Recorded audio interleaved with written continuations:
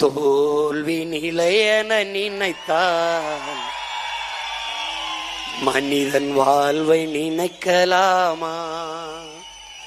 வாழ்வை சுமை என நினைத்து தாயின் கனவை மிதிக்கலாமா?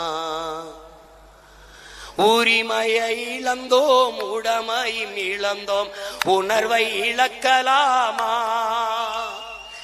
உணர்வை கொடுத்து உயிராய் வளர்த்த கனவை மறக்கலாமா?